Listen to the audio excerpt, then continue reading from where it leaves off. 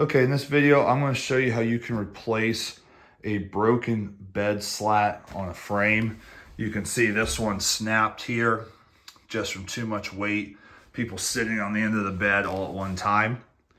So I'm going to go to the hardware store and get some 1x4s, which will actually be wider, and use those as my new slats and show you how to fix this on your own so that way you don't have to go out and buy a brand new bed frame.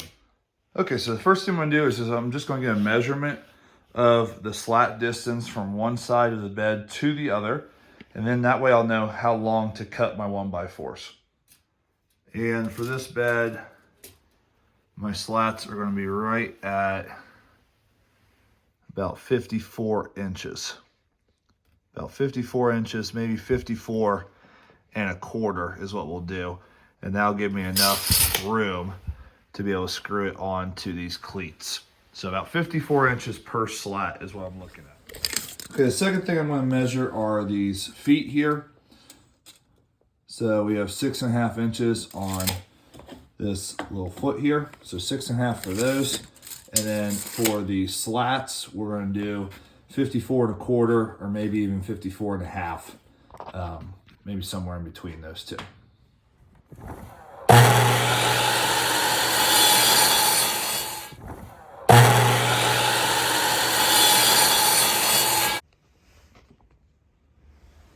All right, so after all that cutting, we have a 1x4 board.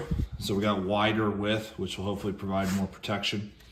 And we cut this to about 54 1/4, 54 1/4 on this one. And then we have two 6.5 inch feet that we're gonna apply, or we're gonna add on to this. Okay. Now what we're going to do different is instead of just putting one in the middle, we're going to add two to this. And I think that's going to make it more sturdy, adding 2 feet. Okay. So to figure out where we want the feet to be, we have a 54 inch 1x4. 54 inches divided by 3 equal sections is going to be 18 inches per section. So I'm going to take my tape measure and I'm going to mark at 18 inches. And I'm going to mark at 36 inches. And that's going to be where I place these 2 feet at, which will give me 3 equal sections.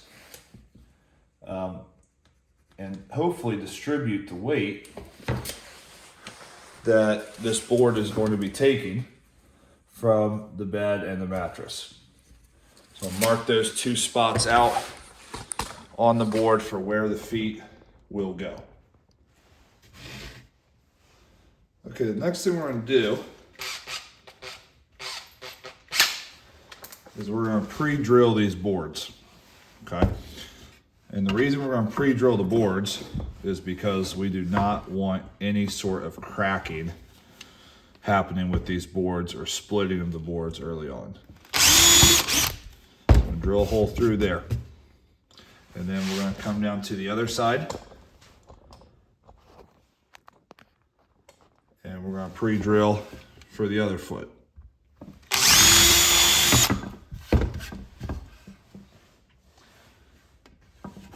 Then, on the actual foot,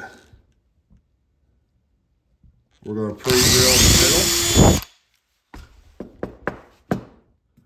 middle and pre-drill on the other side in the middle. So both sides are going to be pre-drilled. Repeat for the other foot. This is just going to help us not split the wood.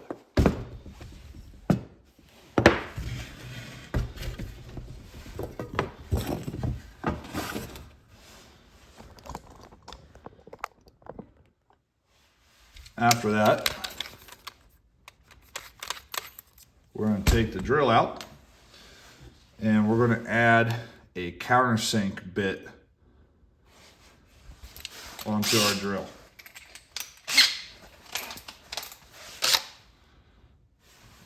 we're just going to line that up and countersink it.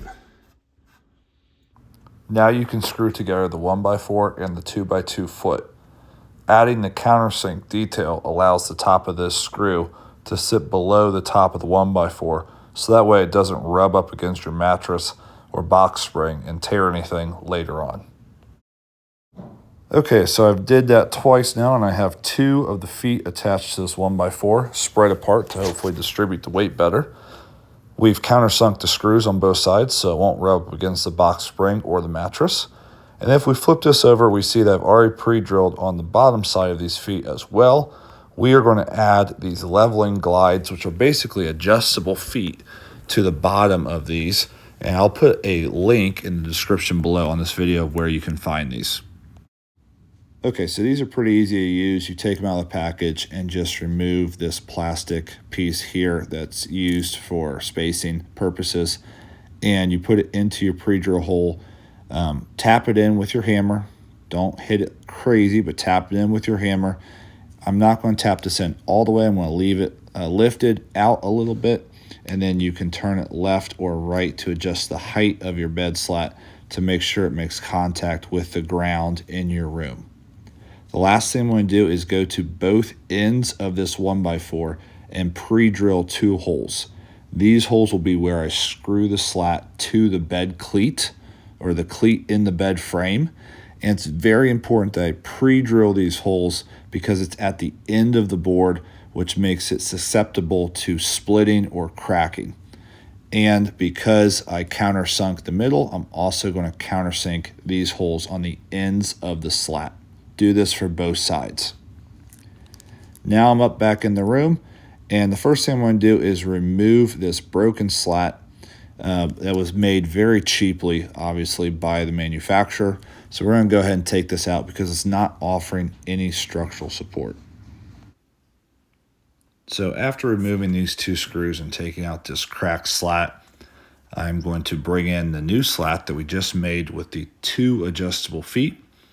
And it's going to be a perfect fit right on top of these 2 cleats on the side, and will fit in nice and snug with our bed frame. I'm going to get it to a point where I want it to be, which is going to be right towards the end.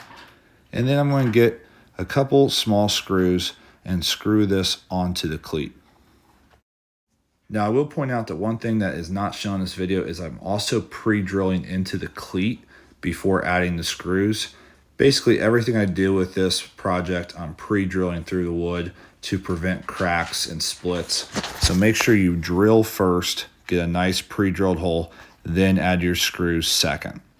Adding 2 screws to the cleat on each side, again, just to make sure it is secure. You probably could have gotten away with 1 screw on each side, but I just chose to do 2 for this time. So that's how you replace a broken slat on a bed frame, and even upgrade it to a much sturdier version with the 1x4 and the 2 feet instead of just the 1 adjustable foot in the middle. I went ahead and did 3 more of these for this bed just to make sure it's nice and secure and soundly built. If you liked this video and found it helpful, hit that like button, and I always appreciate people subscribing to my channel.